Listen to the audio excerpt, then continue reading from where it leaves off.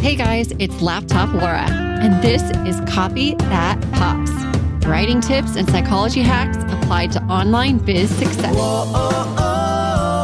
Here we go. Welcome back for part 3 of our 3-part series all about using ChatGPT to write more content for your brand and business even faster than you ever thought possible. In part 1, we looked at how to use it specifically for writing blogs. In part 2, specifically for social media. And in this one, we look at writing books. The show notes for each of these episodes includes a video screen flow showing everything that Melissa and I do. And that can be found back at copythatpops.com/the episode number 220, 221, and 222. Since I talk a lot about writing books on this podcast and on my website, I'm excited for this episode. So without further ado, let's jump on in. So how would a ghostwriter use ChatGPT to write a book? All right. So it says a ghostwriter could use ChatGPT or other similar language models in several ways to assist with writing a book. Some possible methods include generating text prompts. ChatGPT could be used to generate text prompts or writing prompts to give the ghostwriter ideas for different sections of the book. Research assistant. ChatGPT could assist with research by answering questions about specific topics related to the book, which can help the ghostwriter to write with more accuracy and detail. Language and grammar. ChatGPT can help the ghostwriter to improve their language and grammar when writing the book. Generating summaries, generating full chapters. I won't read the entire stuff. And then the conclusion is, it is important to note that while ChatGPT could assist the ghostwriter in many ways, the ghostwriter would still be responsible for the final content of the book. The final product should be reviewed, edited, and fact-checked before publishing. Very true. So I'm just asking, what text prompts should a ghostwriter use, just to see if it'll give us some prompts? Yeah. So the text prompts a ghostwriter should use will depend on the specific book. However, some general prompts that they could use would include overview of the main character's life, a prompt that gives a brief summary of the main character's life, including their background, upbringing, major life events, character's major achievements, character's personal relationships, character's struggles and challenges, character's legacy and impact, research specific topics, quotes. It's important there again to remember that the prompt should be tailored to the specific book and information that's needed. I don't know if that's going to be beneficial at all, but I can paste it just in case, I guess. So let's say, what are 10 questions to ask an author you are helping write a memoir for? I don't know if that's worded well, but... What inspired you to write a memoir? Can you tell me about your childhood and upbringing? What are some of the major events or turning points in your life that you want to include in the memoir? Can you tell me about your education and career? How have your relationships with your family and friends influenced your life? Can you tell me about significant challenges or struggles you have faced in your life? Can you tell me about any accomplishments or achievements that you're particularly proud of? How has your perspective or understanding of yourself and the world changed over time? Can you tell me about any lessons that you've learned or wisdom that you've gained throughout your life? And is there any specific message or theme you hope to convey through your memoir? I think that's great as a jumping off point. Yeah. Yeah, it's like, let's say you have a client who wants to write their life story as a book and they hire you to be a ghostwriter. Let's say it's like your first time doing it or earlier on doing it, you might just get nervous. So you could do something like this to generate ideas and then do a phone call conversation with them, record it, and then transcribe their answers / just write out their answers, but in an interesting to read way, which is what your job is as the writer. Not necessarily just to transcribe it and print it verbatim, but to turn it into a really readable story. But this will help you get started, or even just maybe you already have an idea, but you want a couple other fill in the blank ideas for what to ask, or prompts to get you started. This also just sounds like really fun, like as another podcast idea where you go and you ask these 10 questions or your top 5 questions, your top 3 questions to every member of your family and share that as a family podcast, or transcribe it and turn it into a family book to document your family. So it doesn't have to be just about one person. You could do this and capture the perspectives of multiple people and put it together as an anthology. You could do that for a topic in your professional career. So if you want to publish a book, let's say on the best advice around, marketing or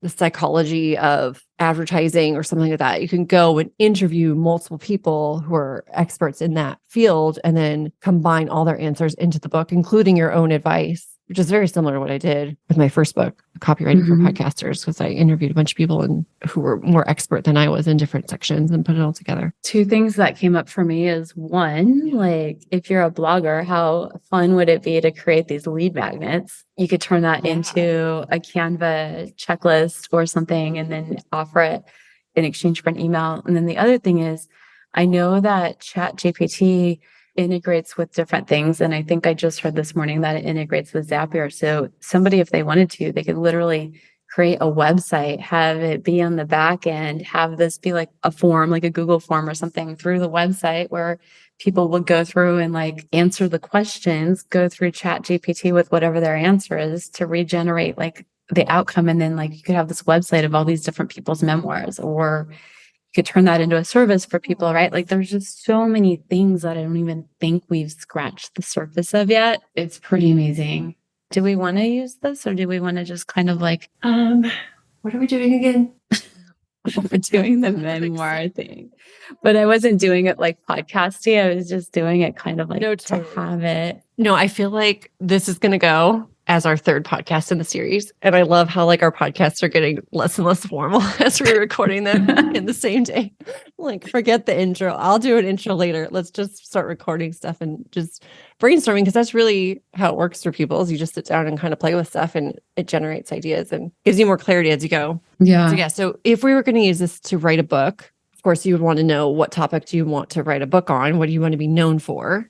So we were talking about writing a book on ghostwriting, or like how you can be a ghostwriter for other people. So I'm wondering too if we'd be like do it for a niche, 10 book titles for becoming a ghostwriter for business leaders or something like that. So then it's more nonfiction based versus fiction. At least that's more my experiences with.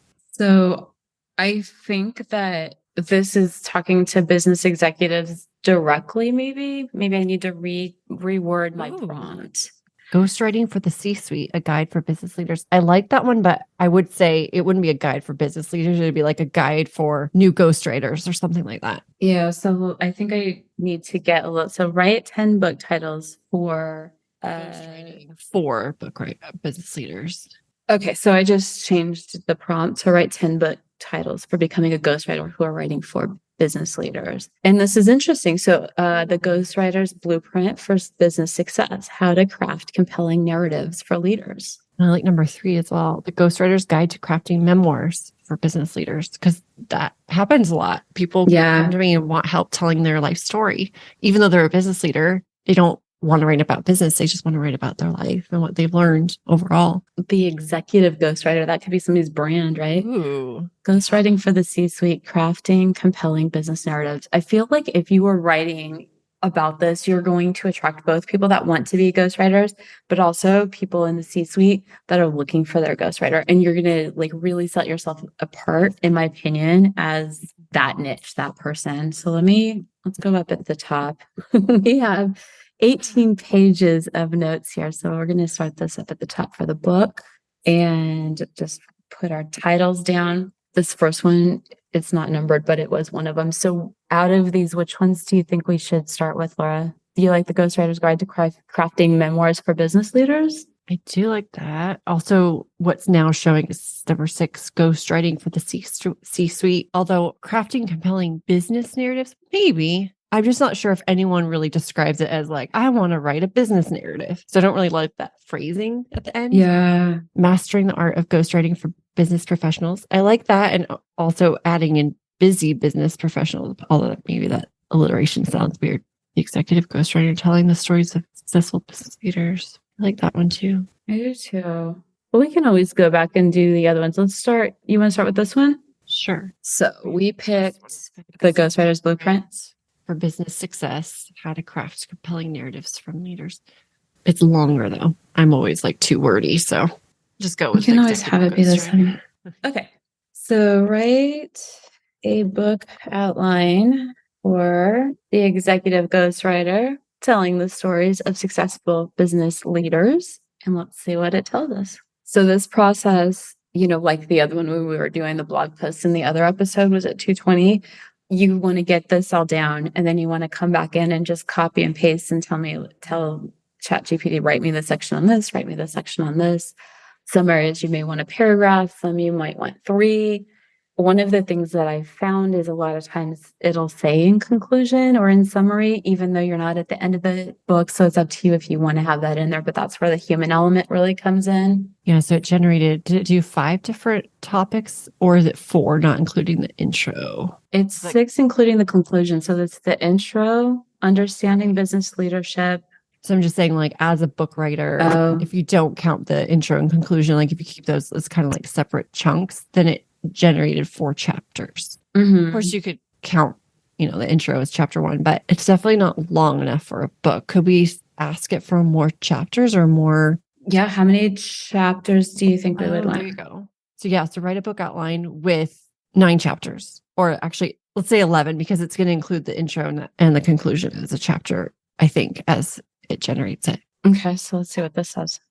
This is interesting, and I don't know why it's standing out to me, but ghostwriter's role in the memoir writing process. There's something about that just lands really well for me. Yeah. And I think that is an important element because some people maybe feel like because they wrote / edited / guided the writing of it, that they deserve writing credit, or if the book goes really big, then like they should also be interviewed on the morning program or whatever along with the author. But I think a real professional ghostwriter wants the author to shine, and they're just helping get the content out of them and in a really clear way. But even though they're ghostwriting it, they're not the author. The author is the author. So I think that if you're going into this and you want to be in also sharing the limelight with the author, then that is okay. I'm not saying that's a bad thing, but it has to be very clear up front with the author going into it about, is your name going to also be on the cover? Sometimes that is the case. Like it'll be a big name and it'll say like,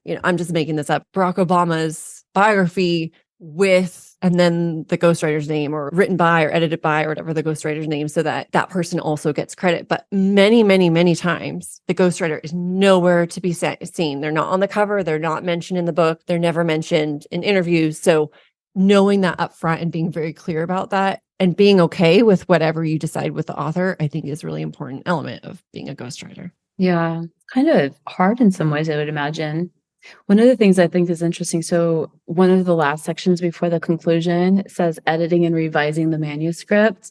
And where you could come in, Laura, here's had another section that talks about getting it on Amazon, becoming an Amazon bestseller, maybe just linking to another book altogether. Yeah. And what is the difference between traditional publishing and self-publishing? Knowing that is important to also then guide your author, because the author might want to get a traditional publishing deal, which isn't good or bad. It just depends on what their goals are and their audience and their time that they want it to take to get out and all this kind of stuff. So the ghostwriter could, as a real professional, fully understand the differences between traditional publishing and self-publishing. And if the author wants to go down the self-publishing route, they can also facilitate that and help them to publish it on their behalf, do a bestseller launch on Amazon, and then look to publish it on other platforms if they want, like Barnes & Noble and all the other places. Although I always like to start with Amazon for sure. Yeah. And while Laura was showing that, I just told it to write the intro paragraph. I didn't give it any other prompts, but because I'm still on here and it's still working, I'm not reading it right now to see if it makes sense. We're just kind of compiling it all in one place. But I just want to show like how extremely simple this can be, right? This section. How many paragraphs do you think this should be? The introduction? No, well, this is the sub of the intro. So the intro I have, and obviously we can expand on this for sure, but a sub of the intro is explaining the purpose of the book. So in introductions, are they usually, it can be as long or as short as it needs to be, right? Yeah. So maybe like write 2 paragraphs per each of those. Okay. Once you kind of see it all there, then like as you're editing it, you're going to think of new ideas and new angles and specific examples and stories to add to make it even more valuable and relevant to you as the writer. Yeah. What's interesting with this is, from what I've been told, it doesn't create the same information twice. So you could be doing it, I could be doing it, and it could give us different content, which I think is interesting. Yeah, I guess that makes sense. So that's how you would write a book. You would just go through and tell it to give you the information on each section. And then I wouldn't have it in the same doc that we're using for all our other notes personally, but just use Google Docs and at least you could get your draft done. Yeah. Mhm. Do you want to show them the AI content detector in Hemingway or send them back to episode 220? Yeah, I would go back to 220. I think that I don't know that the AI content detector would matter as much for this one unless you're using this as blog post content. Hemingway editor would definitely make sense so that you can see. We could do that actually. Let's do that. Yeah, or just do like a small paragraph. The intro. I think you have to think about who you're writing for. If you're writing a book and you're writing for people that are highly educated, you probably don't want it to be at the third grade level. I don't know. Do you have any stats on that? No, but I would say if you're unsure, err on the side of it being extra easy because this day and age, everyone has short attention spans, they're going fast. And I feel like that esoteric academic type of writing is less and less in favor when it comes to helping people online. When I first started my tutoring company with a business partner of mine, it was in 2011. And I used to edit the contractions out of his writing because I was like, it's not professional. We're a tutoring company and you're using contractions. This paragraph needs more sentences. And I totally had to unlearn that because no one wants to read these giant blocks of text. No one has time to sit there and, oh, I feel like I know what that word is, but let me look it up just to be sure. So I would say aim for as young as you can to understand it. It's like, explain it to me like I'm a fifth grader. Explain it to me like I'm a third grader. Ooh, very cool. Rewrite this for a fifth grader. So yeah, I just told ChatGPT to rewrite the section that we put into Hemingway for a fifth grader just to see if it comes up any different. When you put in Hemingway, it came up as postgraduate. I've never written at a post-grad level before. I'm so excited. But it also tells me that it's poor and I should aim for 14. Mm-hmm. And the whole thing was read. The whole thing was very hard to read. Yeah. So let's see. Going back to Hemingway. So I asked for fifth grade. It gave me 13. So that's okay. It made it a little bit easier, but still kind of hard to read. Let's see. Some parts are red, some are yellow now, and it says aim for grade 9. So rewrite it for a kindergartner. Or third grader. I don't even know if I spelled kindergartner right. The Executive Ghostwriter is a book that helps people who write stories for other people called ghostwriters. That's my mom voice when I read. They want to write good stories about special people who work in business called business leaders. Oh my gosh, this would be really cute. Like to help you write a kid's book. Yeah. Did it work? I mean, it brought it down to grade 12, but I think what it is just really long sentences. And I'm not even going to like read to see if this makes sense. But if you just randomly put periods in places, things get easier. Yeah. So don't do this, but like short sentences. Yeah. And if you think about it, like most people that are reading, even if it's books, right? They're reading on an electronic device. And so short sentences just makes it easier to digest and understand. But it is legitimately possible for somebody to sit down, maybe block out 2 hours and have a solid draft of a book. Now, I don't know what Amazon's rules are for using AI. So I would definitely have that human element added in there. I wouldn't just expect to upload something that ChatGPT or something else created for you. Do you have any thoughts on that? I mean, honestly, I'm kind of thinking about ChatGPT as a ghostwriter for you. So even if you're a ghostwriter, ChatGPT is your ghostwriter. No one would ever just take what a ghostwriter wrote and just publish it online, or just like, you would need to proofread it. You would need to make sure it matches your voice. You would need to make sure it makes sense and it's 100% clear and they didn't get redundant by saying the same stuff in the intro as they did in paragraph 1. So you still need to proofread it, even if someone you trust, whether that's AI or another human, has gotten it started for you. Yeah, you just sparked a thought. While we were talking, I told it to write creative journaling prompts because that would be another way. Like if you weren't necessarily doing autobiographical, that one, you were doing more creative writing. Like I'm not a creative writer, so this is what I would do to figure out how to get all that started.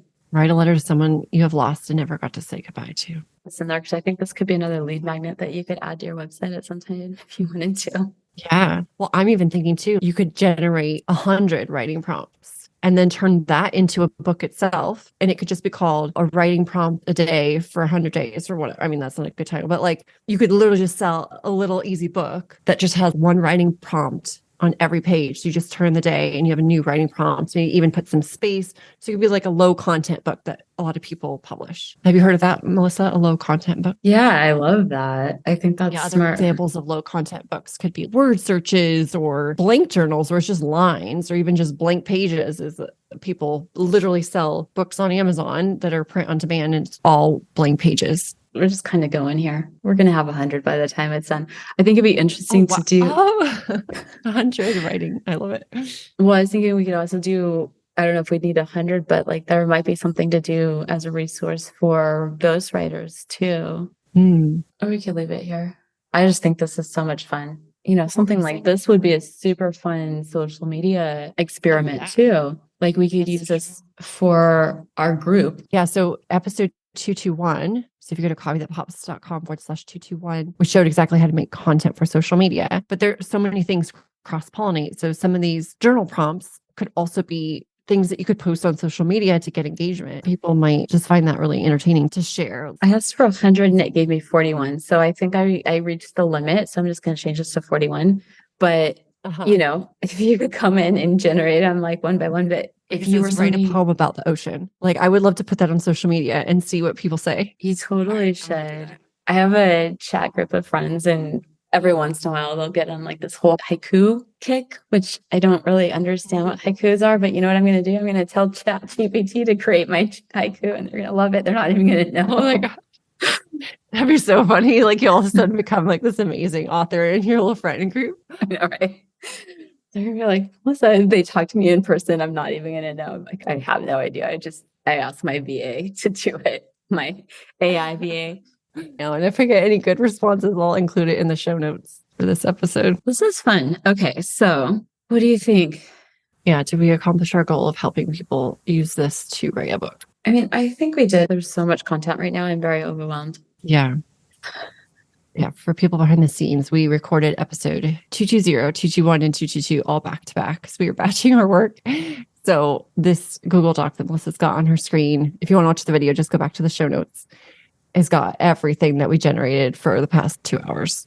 Yeah. Being super nerds about ChatGPT. But hopefully, though, that this gives people food for thought to get them started. Yeah. I'm just hoping that, you know, if you're listening, if you're a writer, obviously you're listening to Copy That Pops. So in some way, writing is important to you in your world. And, you know, hopefully this sparks something. If it's what we're teaching and we're going through, then amazing. If it's something different, then that's even cooler because I think we're just getting started with AI. I believe that copywriters are going to be more needed than ever as we get going because you do need that human element. The other thing that I'm hearing a lot about is that they need people that are creating the prompts to put into ChatGPT.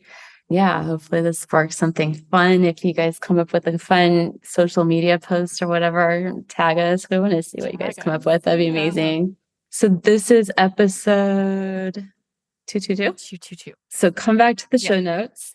copythatpops.com/222. And if you want to get a hold of Laura, of course, copythatpops.com. And if you want to connect with me, I'm at bluebutterflydigital.com. We will see you next time. Bye. Bye. Isn't it amazing what ChatGPT can do?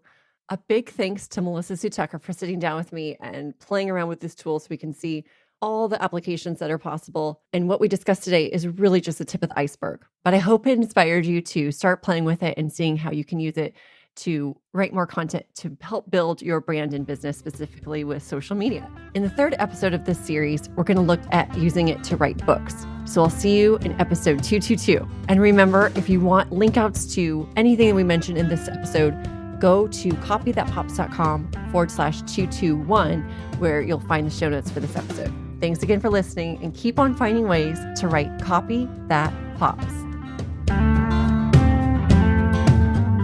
Thanks so much for listening. Let's keep the conversation going. You can find more at copythatpops.com, and I'm at Laptop Laura on all the socials. Sometimes